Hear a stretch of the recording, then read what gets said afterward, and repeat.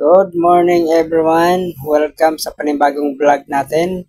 Welcome sa Erwin Ray TV. Kung hindi pa kayo nakapag-subscribe, subscribe na kayo, no?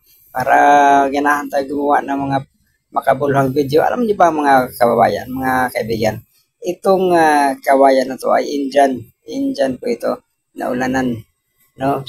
Dahil sa ulan na yan, ang sarap uminom, humigop ng paragis tea. Alam yung paragis tea mga kaibigan?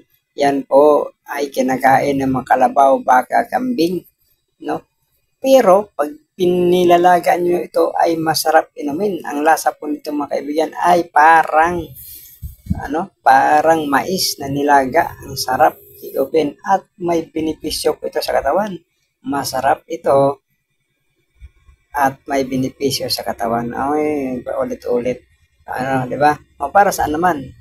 Siyempre, maganda ito para sa may diabetes at saka may kidney problem. Subukan nyo kasi marami ng tao pinagaling nitong paragis na ito.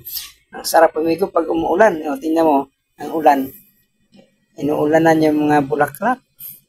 Mas maganda yan, umuulan.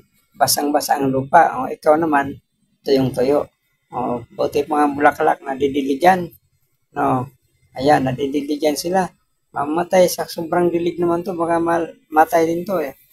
Ayan o, napakalupit ng ulan na to. Kung kailan pasukan, saka magsigig ulan.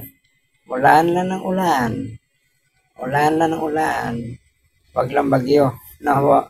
Mahirap na. So ngayon, mga kaibigan, ang sarap pumigop ng tea. Ito na nga, sinasabi ko.